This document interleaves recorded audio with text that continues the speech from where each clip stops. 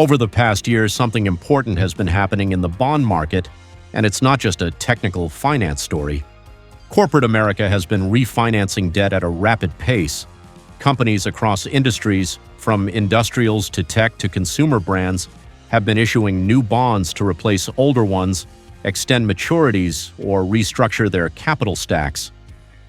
On the surface, refinancing sounds routine. Debt matures, companies roll it over, life goes on. But this surge in corporate bond refinancing signals something much deeper about how executives see the economy, interest rates, liquidity, and risk. Let's break down what it really means. First, it signals that the era of wait and see is ending. When interest rates initially spiked, many companies delayed refinancing. They hoped rates would fall quickly. They expected a near-term pivot back to cheaper capital, so they waited. But now many firms are choosing certainty over hope. Instead of gambling on dramatically lower rates in the near future, they are locking in funding now, even if the cost is higher than what they paid 5 or 7 years ago. That tells us executives are adjusting to a new normal. Rates may not return to ultra-low levels anytime soon. Second, it signals a shift toward proactive risk management.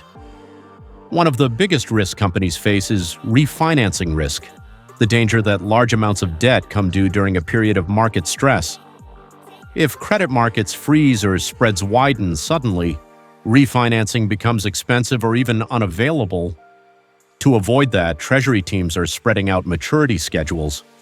Rather than letting billions of dollars come due in a single year, companies are pushing maturities further into the future, creating smoother maturity ladders. That reduces the chance of being forced into a weak market. In other words, companies are paying a premium today for stability tomorrow. Third, it signals that credit markets are still functioning. A refinancing surge only happens when companies believe investors are willing to buy their bonds. Institutional investors, pension funds, insurers, asset managers are actively allocating capital to fixed income again. Higher interest rates have made corporate bonds more attractive. Yields are meaningful. Income is visible. That demand provides a refinancing window. But companies know these windows can close quickly. If volatility spikes, if economic data weakens, or if geopolitical risk rises, spreads can widen overnight. So many CFOs are refinancing while markets are receptive. Fourth, it signals that liquidity is being prioritized over aggressive expansion. In past cycles, cheap refinancing often fueled growth. Companies would issue bonds not only to refinance old debt, but also to fund acquisitions, share buybacks, or expansion projects. Today's refinancing wave feels more defensive. Many firms are refinancing simply to protect liquidity. They are not dramatically increasing leverage. They are preserving cash balances and ensuring they don't face sudden funding pressure. This fits into a broader corporate trend: resilience over risk-taking. Fifth, it signals that interest expense will gradually rise for many companies.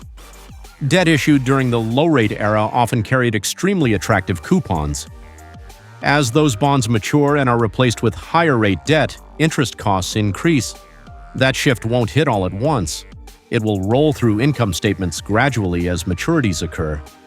But over time, companies with large refinancing needs may see margin pressure from higher interest expense. Investors are watching this closely. Stronger balance sheets and higher credit ratings matter more in a higher-rate world.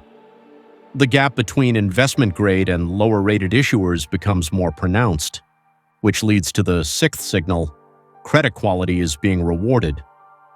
Companies with solid cash flow, moderate leverage, and predictable earnings are refinancing smoothly. They can issue debt at reasonable spreads and attract strong demand. Companies with weaker profiles face higher borrowing costs or more restrictive terms. This divergence tells us markets are being more selective. Access to capital still exists, but it's not equally distributed. Seventh, it signals a shift in corporate mindset. For more than a decade, executives operated in an environment where capital was abundant and cheap. Leverage was often seen as an efficient tool. Refinancing was almost automatic. Now, capital carries weight again. Debt decisions are more deliberate. CFOs are stress testing scenarios more carefully. Boards are asking deeper questions about liquidity coverage, interest rate exposure, and downside protection. Treasury management has become strategic, not administrative. There's also a macroeconomic signal embedded here. When companies refinance early and extend maturities, it often reflects caution about the future.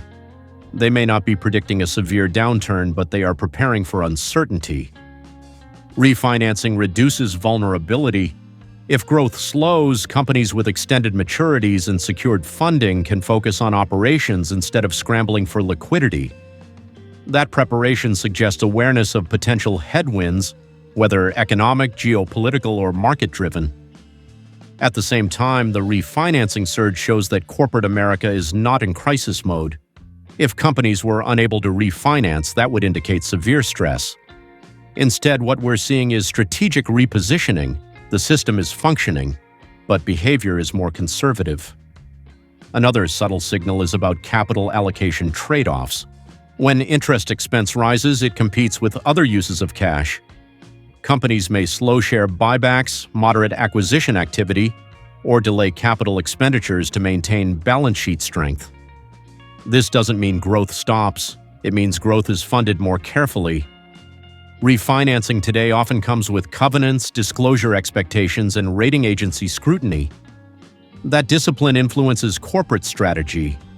In many ways, the refinancing surge reflects a transition period. The ultra-cheap money era is fully behind us. The future path of rates is uncertain. Markets are open, but conditions can shift quickly. So companies are adjusting. They are smoothing maturities, locking in access, preserving liquidity, accepting higher coupons in exchange for predictability.